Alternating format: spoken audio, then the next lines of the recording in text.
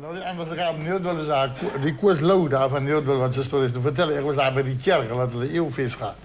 Dat toch ook voor die mensen vertellen, ik was één keer bij een kerk bezig. En toen vertelde hij mij van die oma zo stil. Maar die oma tamelijk gedronken. En dan zei hij, nou zet die oma aan die kroegetje.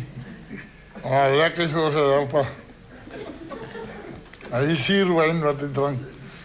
Maar nou is daar een veentje. Een weiertje wat nou wind maakt in die kroeg. Maar van hij, eesterveentjes nog. Je weet, hij staat zo. En lopen zo, lopen.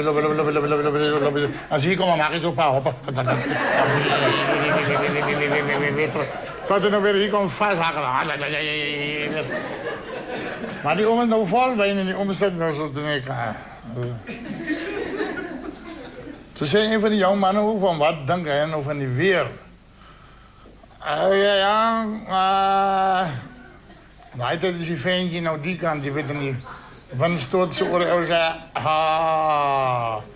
ja, wij zo zijn nou wij. Onze bij het royale. Maar zo gaat die over eentje nou zo voorbij in de auto sluk gevat en dat is die ventje die kant.